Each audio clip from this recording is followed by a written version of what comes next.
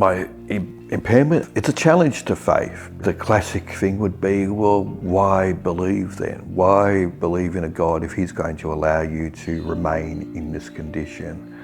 But for me, no, I just live with the mystery of it. I don't have a clear and direct understanding of why God allows us to be in the situations that we are, other than the fact that, no, like Jesus himself, God allowed Jesus to go through some really difficult physical trauma, and if it's good enough for Jesus, well, we can only pray for encouragement, support, presence of God and Jesus walking alongside us to take us through that dark time. My disability impairment is congenital glaucoma, so I was born with that, and it means that I've had 3% vision for the first 30 years of my life. It's resulted in tunnel vision, so I could not see at the edges of my vision. I would have difficulty in reading text, and I would just sometimes have days where there was so much moisture in my eyes I could not read a print word at all, not one word. I would describe them as my misty days.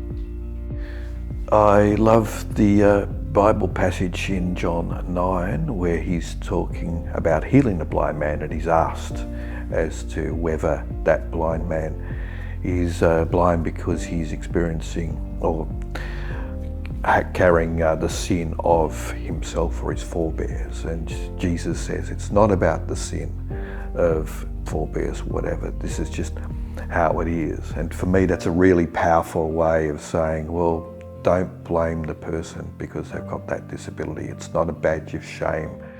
One of the things I've found in the church is access to video material, and I've found that sometimes there have been presentations in churches where there might have been a bit of music but no description at all.